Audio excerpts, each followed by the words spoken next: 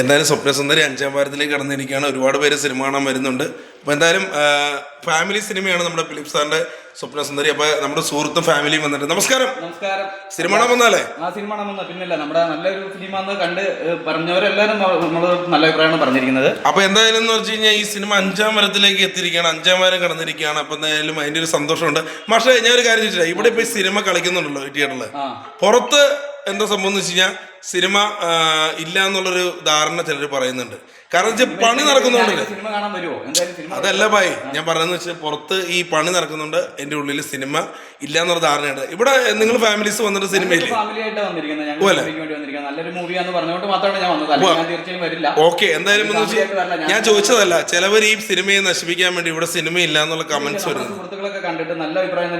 Okay, എന്തായാലും ഫാമിലിയൊക്കെ ആയിട്ട് വന്നതിൽ സന്തോഷം. അപ്പൊ സിനിമ കാണുക, ഓക്കെ, സപ്പോർട്ട് ചെയ്യാം കേട്ടോ. അപ്പൊ എന്തായാലും സ്വപ്നസുന്ദരി കാണുക, സപ്പോർട്ട് ചെയ്യുക.